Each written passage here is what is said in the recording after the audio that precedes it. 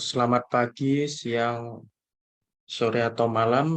Kali ini saya akan menjelaskan tentang bisnis model bisnis dari kelompok kami, kelompok 9, yaitu COVID, yang beranggotakan saya, Aptawaradana Upasama, lalu ada Moses Aprilia Patinasari, dan Roberto Seva Danendra. Pertama-tama saya akan menjelaskan eksekutif summary dulu. Eh, COVID adalah suatu nama yang familiar, tentunya karena saat ini pandemi COVID masih berjalan yang akhir-akhir ini sudah mulai membaik. Eh, tetapi nama COVID ini adalah sebuah bisnis kami yang berupa aplikasi di bidang kesehatan yang untuk membantu masyarakat atau membantu konsumen terutama pada kesehatan. Jadi aplikasi COVID ini merupakan bisnis yang berjalan secara digital dan berbentuk jasa dengan membantu penggunanya dalam berolahraga. Aplikasi kami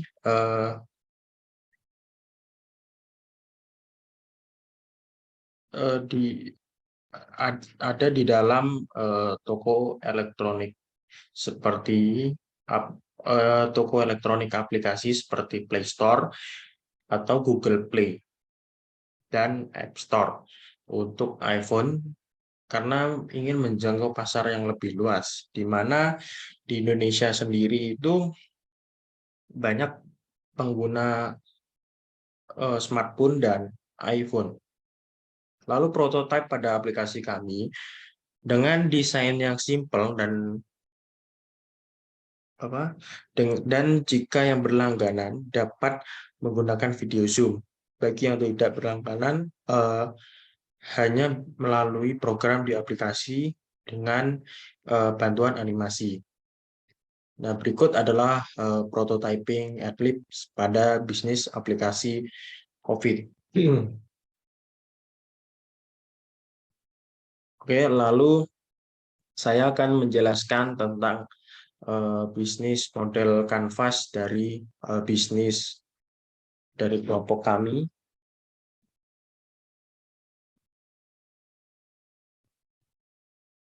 Seperti ini.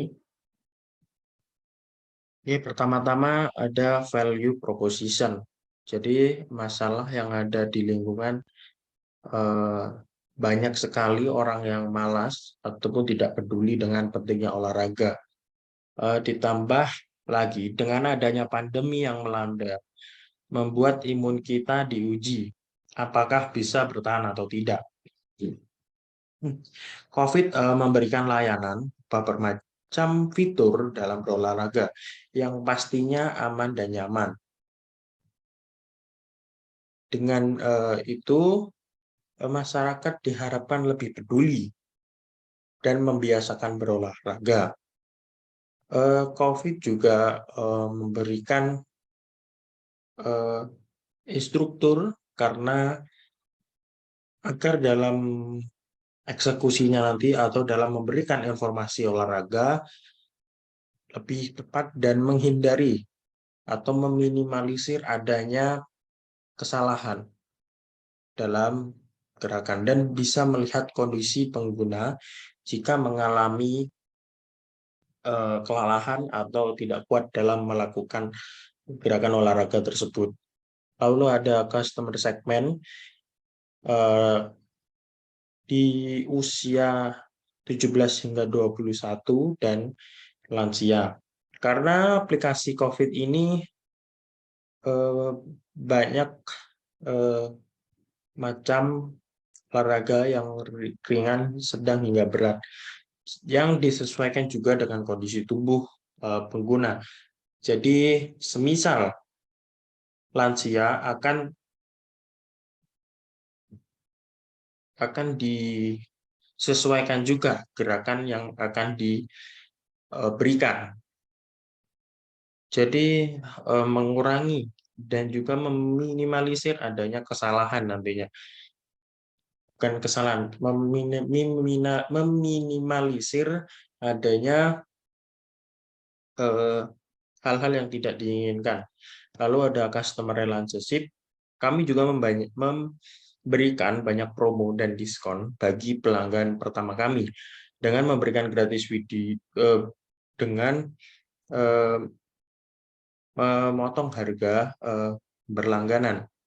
Dan juga kami juga memberikan kartu member bagi pelanggan dan mendapatkan harga istimewa dalam berlangganan aplikasi kami. Sehingga pelanggan memiliki benefit yang lebih yang dapat digunakan dari kartu member tersebut. Channel dari COVID yang membantu menyampaikan dari nilai dari bisnis kami, yaitu Google Play dan App Store untuk iPhone. Dua pihak tersebut adalah aplikasi yang sering digunakan oleh masyarakat Indonesia karena banyak pengguna smartphone di Indonesia itu menggunakan Android dan iPhone. Lalu ada key partners, ini adalah pihak-pihak yang ikut turut serta membantu jalannya usaha atau bisnis kami. Tentunya dengan penyedia alat yang dibutuhkan di rumah pengguna. Lalu juga ada maintenance aplikasi. Jadi orang yang memperbaiki aplikasi jika terjadi bug atau lag, dan juga layanan pembayaran digital seperti GoPay, OVO, dan Dana. Kami juga menggandeng pihak bank untuk membantu pembayaran melalui virtual account dan QRIS, sehingga aplikasi kami memudahkan pelanggan dalam melakukan pembayaran dalam berlangganan. Lalu ada key activities.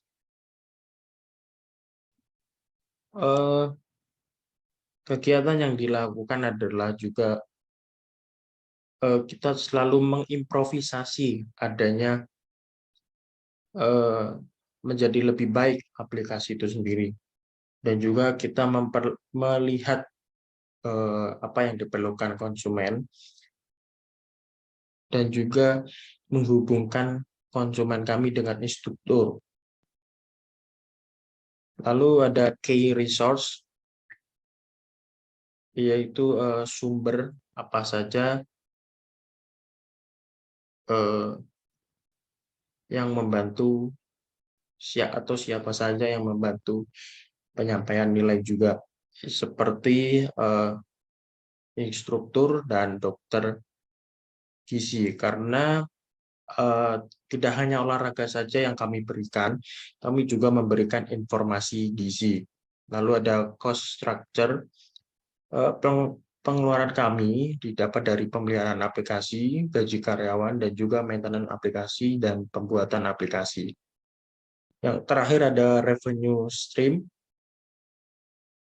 pendapatan yang kami dapatkan itu melalui konsumen yang berlangganan dengan instruktur, dan juga seberapa banyak yang mendownload aplikasi dan iklan-iklan yang berada pada aplikasi kami. Lalu patterns yang digunakan pada bisnis kami yaitu pola multi-site platform. Pola bisnis model multi-site platform ini adalah pola bisnis yang mempertemukan dua segmen pelanggan atau lebih, sehingga kedua segmen pelanggan bisa menciptakan sebuah interaksi dan saling melengkapi serta saling bergantung satu sama lain.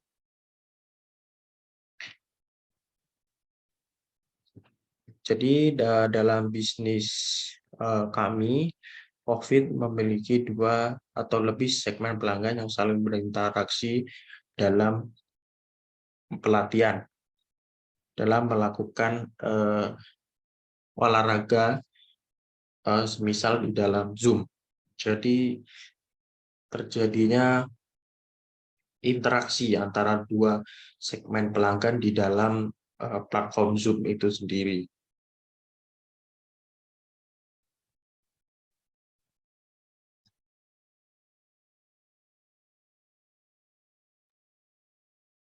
Halo, perkenalkan nama saya Moses Abdullah Patinan Saradi. Di sini saya akan menjelaskan tentang aplikasi isu sosial dan etika untuk Value Proposition Canvas, analisis tantangan internal dan kompleksitas eksternal untuk mengkreasi model bisnis, dan juga mengembangkan rencana strategi untuk bisnis berkelanjutan. Jadi saya akan mulai dengan yang pertama, yaitu aplikasi sosial dan etika untuk Value Proposition Canvas. Jadi, semakin berkembangnya zaman, tentu saja banyak perubahan yang sudah terjadi. Di tahun 2020 ada perubahan yang sangat besar terjadi bagi kita, yaitu munculnya virus Corona 19 atau COVID-19. Dengan munculnya virus tersebut, kita dihimbau untuk menjaga jarak, selalu mencuci tangan, dan memakai masker selalu. Sudah 2,5 tahun berlalu, namun dampaknya masih terasa sehingga sekarang. Bukan hanya itu saja dampaknya, namun juga berdampak pada ekonomi, yang dimana banyak para pekerja dirumahkan hingga dikeluarkan karena perusahaan tidak mampu untuk membayar gaji karyawan tersebut. Namun di sini kami sangat memfokuskan dampak yang terjadi pada tubuh. Banyak orang yang kegiatannya berubah ketika virus ini yang melanda. Yang biasanya pergi ke gym sudah tidak bisa lagi. Yang biasanya bermain basket, bola, atau badminton sudah tidak bisa lagi. Yang ada hanya makan, minum, dan tidur. Yang membuat lemak itu menumpuk sehingga bisa berbahaya bagi tubuh mereka. Ditambah lagi dengan berkembangnya teknologi sehingga kebanyakan orang malas untuk melakukan olahraga dan mereka mengutamakan gadget mereka. Dari sini kami membuat suatu aplikasi yang bisa menjawab permasalahan tersebut. COVID adalah aplikasi yang terinspirasi dari kejadian COVID-19. Yang membedakan adalah aplikasi ini tuh bisa membantu untuk membugarkan kembali tubuh konsumen kami, sehingga bisa mengembalikan kebiasaan untuk berolahraga. Kami menargetkan pasar kami untuk semua kalangan, jadi tidak dibatasi dengan umur, karena sifat dari olahraga ini sangat diperlukan oleh semua kalangan usia. Terlebih lagi untuk kalangan lansia yang kemungkinan sudah banyak yang malas berolahraga, dan kemungkinan timbulnya penyakit sangat besar. Aplikasi kami juga memiliki fitur untuk kalangan lansia yang memfokuskan olahraganya yang ringan saja seperti jalan keliling taman, senam yang ringan, yoga, dan lain-lainnya. Oke, jadi saya akan membahas yang kedua, yaitu analisis tantangan internal dan kompleksitas eksternal untuk mengkreasi model bisnis. Kembali lagi, bisnis kami adalah suatu aplikasi yang dapat membantu para usernya melakukan kegiatan berolahraga. Karena COVID ini masih dalam tahap pengembangan selanjutnya, kami menyusun analisis SWOT, Strength, Weakness, Opportunities, dan Threats, agar memudahkan bagi developer sehingga konsumen yang nanti menggunakan aplikasi kami bisa nyaman dan mudah untuk mengoperasikannya. Berikut adalah hasil analisis SWOT aplikasi kami, COVID. Yang pertama adalah strength, kekuatan. Kami memiliki akses penuh terhadap aplikasi kami ini, sehingga jika ada sistem yang tidak berjalan dengan semestinya, akan segera diatasi. Kami memiliki ekspektasi tinggi. Aplikasi kami akan diterima oleh konsumen karena belum ada aplikasi yang seperti kami yang memiliki trainer aktif untuk melatih para konsumen kami. Aplikasi ini dirancang untuk mudah digunakan, sehingga kalangan lansia tidak kebingungan untuk memakai aplikasi kami, sehingga bisa melakukan aktivitas olahraganya tanpa perlu dibantu oleh pihak manapun untuk mengakses aplikasinya. Yang kedua ada weakness, kelemahan. Karena aplikasi kami belum seutuhnya selesai, maka akan ada sedikit fitur yang belum bisa digunakan sebagai trainer. Karena aplikasi kami yang masih terbilang baru, kami kekurangan orang untuk bisa menjadi trainer, sehingga fitur ini belum sepenuhnya bisa digunakan. Kami belum memiliki dana yang bisa membuat aplikasi berkembang, sehingga kami akan lebih berfokus untuk mencari investor dan juga mencari konsumen dengan terus mengiklankan aplikasi kami ini. Banyak orang yang masih ragu menggunakan aplikasi ini karena umurnya yang belum panjang, peralihan dari masa pandemi sehingga orang banyak yang masih waspada. Ketiga adalah opportunities atau peluang. Melihat dari banyaknya orang yang bersemangat ketika melakukan olahraga dan juga melihat orang yang jarang melakukan olahraga, kami memiliki peluang yang besar untuk menjalankan COVID ini. Agar yang bersemangat olahraga dapat meneruskan kehidupan sehatnya, dan yang jarang melakukan olahraga namun bingung mulai dari mana, maka COVID lah jawabannya. Kami lihat peluang kami sangat besar di industri ini. Kebanyakan aplikasi kesehatan hanya memberi instruksi dan memberikan contoh lewat gambar saja. Namun kami ingin mem- namun kami yang berbeda, namun kami ingin yang berbeda agar konsumen kami lebih mengerti cara dan lebih aman untuk melakukan olahraga. Maka kami menghadirkan fitur video call yang bisa langsung dengan instrukturnya. Selanjutnya adalah threat, ancaman. Karena aplikasi yang kami buat ini masih dalam pengembangan lanjutan, maka kami khawatirkan adalah programnya yang masih belum sepenuhnya lancar. Dan kami khawatir orang-orang yang memakai aplikasi kami akan sedikit kecewa karena fiturnya yang masih belum lengkap.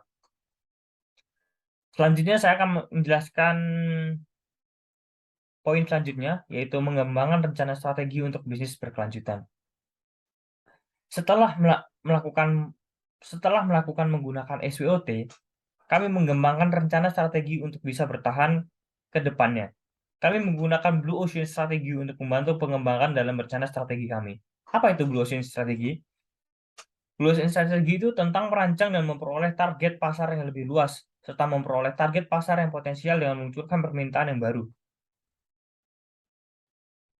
Di dalam Blue Ocean Strategi ada 4 poin yang penting atau 4 action framework, yaitu eliminate, reduce, raise, dan create, atau singkatannya ERRC.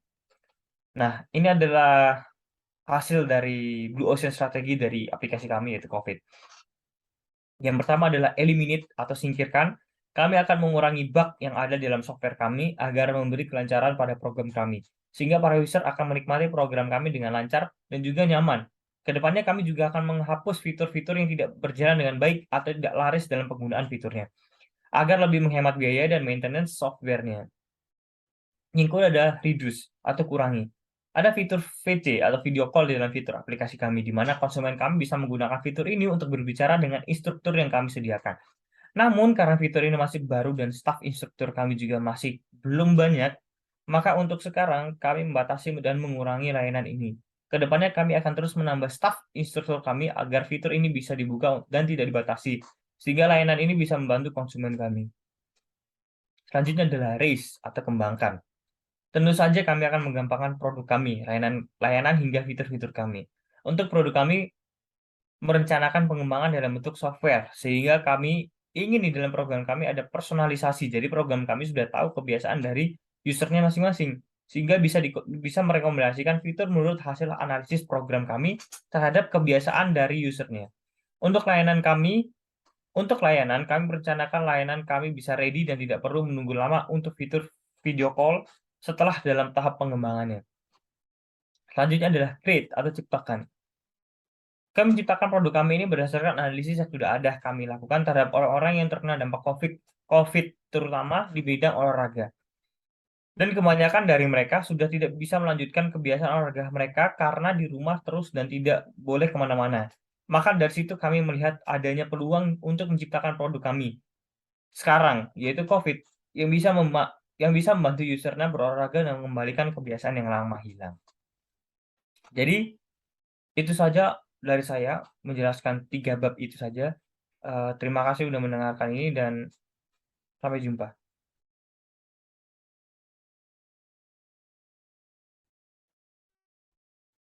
Nah, yang selanjutnya adalah identifikasi dan mengurangi resiko dan ketidakpastian bisnis dengan tes ide bisnis.